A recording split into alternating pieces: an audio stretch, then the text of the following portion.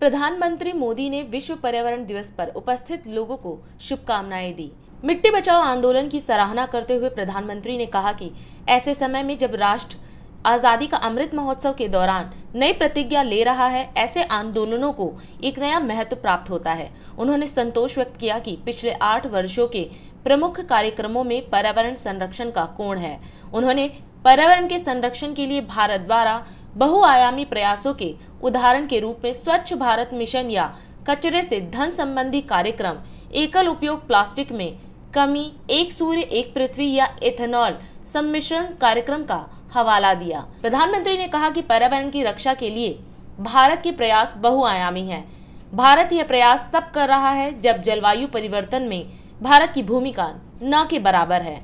दुनिया के बड़े आधुनिक देश न केवल पृथ्वी के अधिक से अधिक संसाधनों का दोहन कर रहे हैं, बल्कि अधिकतम कार्बन उत्सर्जन उनके खाते में जाता है। प्रधानमंत्री ने कहा कि भारत के प्रति व्यक्ति प्रति वर्ष लगभग 0.5 टन की तुलना में दुनिया का औसत कार्बन फुटप्रिंट लगभग 4 टन प्रति व्यक्ति प्रति वर्ष है। उन्होंने कहा कि भारत पर्यावरण की रक्षा के लिए अंतर्राष्ट्रीय समुदाय के सहयोग से दीर्घकालिक दृष्टि पर काम कर रहा है। आप सभी को, पूरे विश्व को विश्व पर्यावरण दिवस की बहुत बहुत शुभकामनाएं। सद्गुरु और ईशा फाउंडेशन भी आज बधाई के पात्र हैं। मार्च में उनकी संस्था ने सेव सॉइल अभियान की शुरुआत की थी। 27 देशों से होते हुए उनकी यात्रा और 75वें दिन यहाँ पहुंची है। आज जब देश अपनी आजादी के 75वें वर्ष का पर्व मना रहा है, इस अमृत काल में नए संकल्प ले रहा है, तो इस तरह के जन अभियान बहुत अहम हो जाते हैं। साथियों, मुझे संतोष है कि देश में पिछले 8 साल में जो योजनाएं चल रही हैं, जो भी प्रोग्राम चल रहे हैं, सभी में किसी न किसी रूप से पर्यावरण संरक्षण का आग्रह है। स्वच्छ भारत मिशन हो या वेस्ट टू वेल्थ से जुड़े कार्यक्रम, अमृत मिशन के तहत शहरों में आधुनिक सीवेज ट्रीटमेंट प्लांट्स का निर्माण हो या फिर सिंगल यूज प्लास्टिक से मुक्ति का अभियान, या नमामि गंगे के तहत गंगा स्वच्छता का अभियान, one sun one grid solar energy पर फोकस हो या इथेनॉल के उत्पादन और ब्लेंडिंग, दोनों में वृद्धि, पर्यावरण रक्षा के भारत के प्रयास बहुआयामी रहे हैं। विश्व के बड़े और आधुनिक देश न केवल धरती के ज्यादा से ज्यादा संसाधन का दोहन कर रहे हैं, बल्कि सबसे ज्यादा कार्बन एमिशन भी उन्हीं के खाते में जाता है। कार्बन एमिशन का ग्लोबल औसत प्रति व्यक्ति 4 टन का है, जबकि भारत में प्रति व्यक्ति कार्बन फुटप्रिंट प्रतिवर्ष आधे टन के आसपास ही है।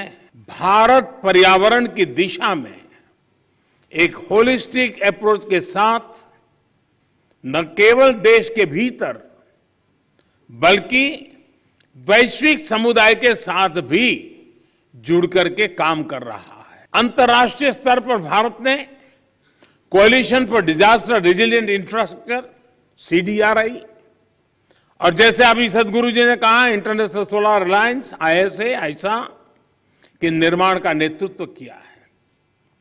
पिछले वर्ष भारत ने यह भी संकल्प लिया है कि भारत 2070 तक नेट जीरो का लक्ष्य हासिल करेगा।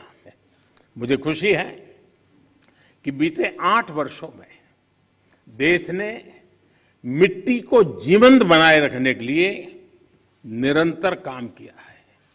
मिट्टी को बचाने के लिए हमने 5 प्रमुख बातों पर फोकस किया है। पहला, मिट्टी को केमिकल फ्री कैसे बनाएं। दूसरा, मिट्टी में जो जीव रहते हैं जिन्हें तकनीकी भाषा में आप लोग सॉइल ऑर्गेनिक मैटर कहते हैं, उन्हें कैसे बचाएं।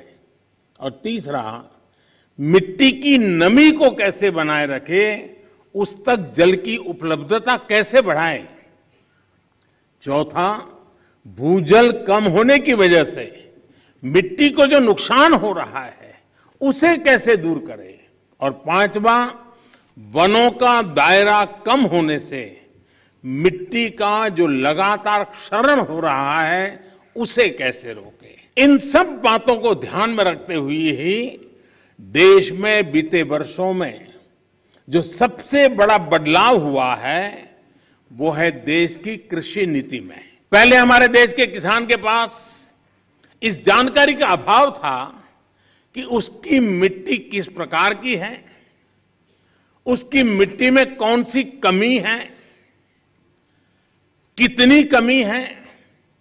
इस समस्या को दूर करने के लिए देश में किसानों को सॉइल हेल्थ कार्ड देने का बहुत बड़ा अभियान चलाया गया। आज जिस पीएम नेशनल गति शक्ति मास्टर प्लान पर काम कर रहा है वो भी पर्यावरण रक्षा में अहम भूमिका निभाएगा।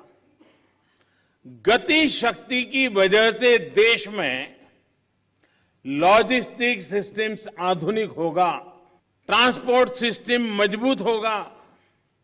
इससे प्रदूषण कम करने में बहुत मदद मिलेगी। 100 से ज्यादा नए वाटर वे के लिए काम हो, ये सभी पर्यावरण की रक्षा और क्लाइमेट चेंज की चुनौती से निपटने में भारत की मदद करेंगे।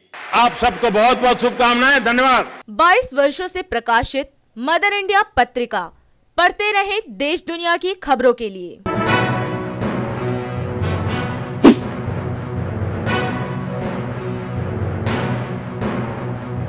26वें वर्ष में आपके लोकप्रिय समाचार पत्र इंडिया दर्पण का प्रवेश। आप देखते रहें अपने क्षेत्र की खबरें।